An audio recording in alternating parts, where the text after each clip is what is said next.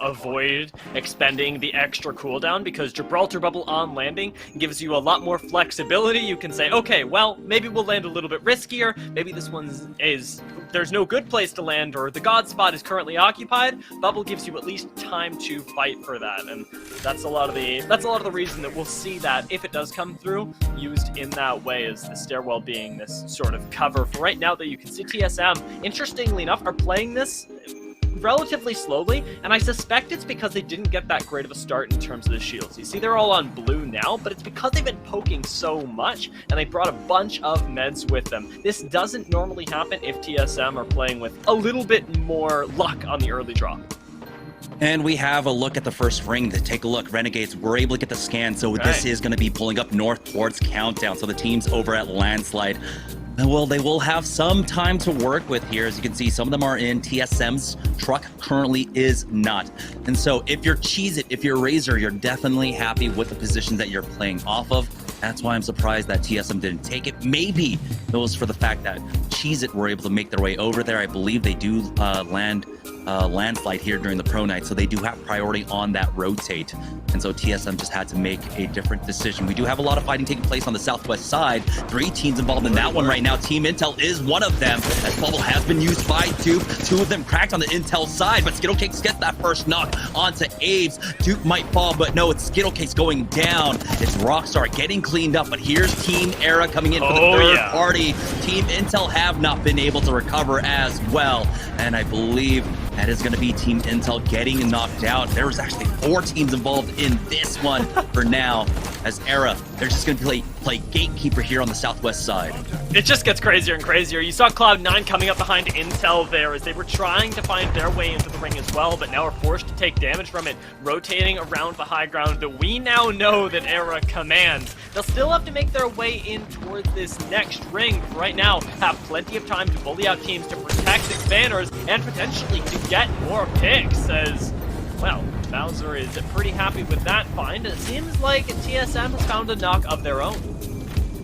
Yeah, it's on to 303, one of the squads that are inside Landslide right now, but because of the high population inside Landslide, they really can't punish it. It doesn't seem they were playing inside the card, and so they don't have that opportunity. They don't have Howl on that Wraith, so no port play to try and punish that. Cloud9, though, tanking the ring, and it is just ring number 2, so they can spend plenty of time out here to just completely avoid this fight if they want to. Scans out, and Alberlele is a little bit low, but luckily for them, he's on that gold armor, so he can just pop the syringes, and Alberlele on the Pathfinder. Love to see El Clasico coming back from him. Xset have moved their way out of Landslide and now have made their way over towards Countdown with the reveal of this ring. Not the greatest of positions for them, but it is a passive one that isn't the most vulnerable. A lot of teams aren't going to try and hard commit onto them, as it does look like Liquid might have finally found an opening in their fight. Good lord, somehow, some way, they managed to really start the ball rolling as Era, they're finding purchase onto Cloud9 at the same time. We're getting a swift cut down in the squads, and we haven't even closed in on this third ring yet, as you did talk about how Xset are in a risky position. That triple take helping them out a lot to at least ward off any pushes coming from the likes of Renegades that we do know were in the area as well. They gotta look out for the high ground, but because of the amount of teams that are here, it's almost like a landslide situation where nobody's really going to push you because they're opening themselves up to the fire from everywhere else. And Kenny, I'm sure, has a really good read on what's happening, as he's been on the drone for a while.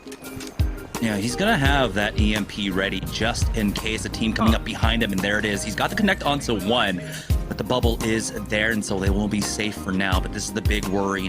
The team pushing in on the low ground here. Nades into the hallway as well. Another arc star coming in, but they have plenty of cover to play off of. Now going for the re-peek. The scan comes out, and does seem like this triple take is starting to pay off for Clarify here, as the missile storm's not quite connecting as well. So Xset doing a great job so far of dissuading this push, but it looks like they do want to get a bit more aggressive. Mike himself going for an aggressive angle there, forcing out the defensive bubble from the other, the defensive bombardment from the other side. So a lot of cooldowns being committed onto this one, but it's Clarify who has his defensive bombardment at the ready if they want to make this push. He's also got the bubble as well, so there's a lot of safety here. Exet haven't really been forced to use anything. They started with the EMP, but otherwise have just been chilling. That grenade could cause problems, I'll be honest, but not a coordinated push from the other side means that Exet get to hold on to this, get rid of one threat of an ordnance later. Nades really are the thing that they do have to fear as we move on in the rest of the game, as they get unseated by other teams, and now potentially the ring, as we see that the spot that they've been holding doesn't even guarantee them safety after the next minute. Yeah, the teams in Countdown that are all going to have to run out. As you can see, it does pull away from Countdown more towards that clearing that we were talking about a bit earlier on. So if you're a team like Cheez-It, you're kind of happy with this one. You'll have a little bit of fence line to play off of. The car is still in as well. 303 is one of the squads over here at Countdown trying to find something going here. There's another team just to their north, and they have to worry about ERA I believe ERA right behind them now, but they are Exit right behind them.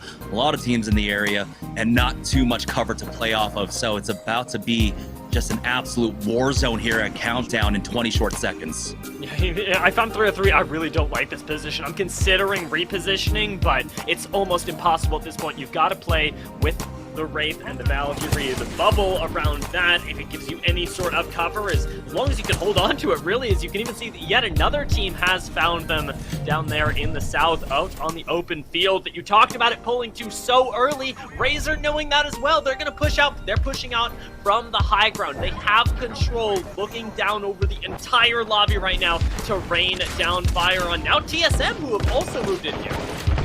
Oh no, Knights finding themselves in trouble as they try to set up a position here on that sniper post. Now the nades are starting to rain in, but Asura, he's been able to build up some defenses for himself. The ant up walls, actually providing cover. Might be able to have an opportunity to go for the res here, but I don't know if he can get the respawn onto Bronzy unless they have a mobile respawn beacon at the ready. Looking for him, there's the armor swap for Gilderson, and so they'll just play this one out as a duo. Ring closing in, and this is just the absolute killing fields over by Countdown now. Take a look at the kill feed lighting up. We were at 14 squads, now down to 11, and Nocturnal is the only survivor for Team Liquid, able to bamboozle his way into middle of the field. Team Razor find a nice area on the ground here, cutting off a lot of teams here. They do have to worry about that high ground though, as you can see Baby Thule dropping low, and that's going to force out the bubble, leaving them vulnerable after it ends. Team ERA now making the push onto 303, who it does seem like they were able to at least establish themselves, but now the Knights get finished off. Luciana picks up those 2 kills onto them. We're down to 10 squads remaining.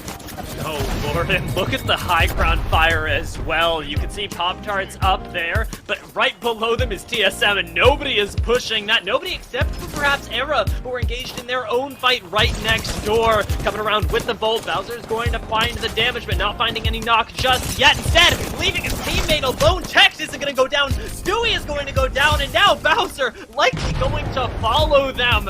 That is a very quick end to the squad, and Applejacks, surprisingly, have another one of the best positions in the lobby because they're still in the next ring.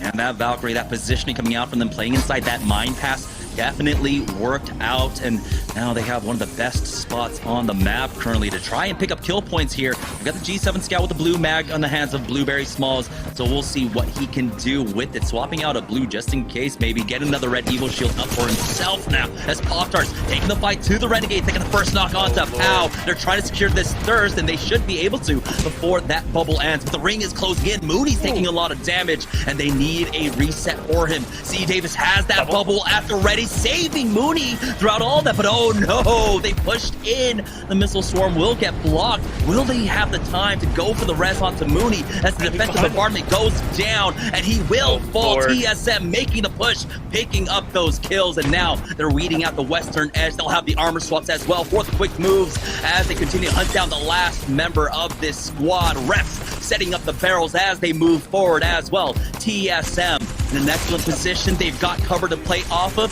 but they do have to worry about this squad to their south. Actions should start slowing down now as 303. They're slowly getting finished off.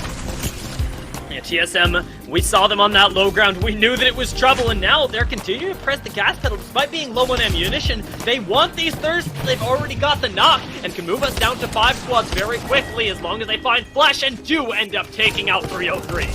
Oh no, here comes Nocturnal, and he tried his best. He got the knock onto Snipe down, but Reps should have the bubble up, and there is the res coming out. I wouldn't be surprised if they had a gold bag as well, but no, they don't, surprisingly enough. Okay, it's just going to be some slow heals, and they have plenty of time to reset here. 20 seconds before the final zone closes up. We're down to our final 4 squads remaining. It is the top 4 squads here. Cheese It, we got TSM, RKT, and Applejacks on that high ground hill, but Applejacks, they've got their work cut out for them. Having RKT right below them, it's going to make it difficult to walk up with this ring.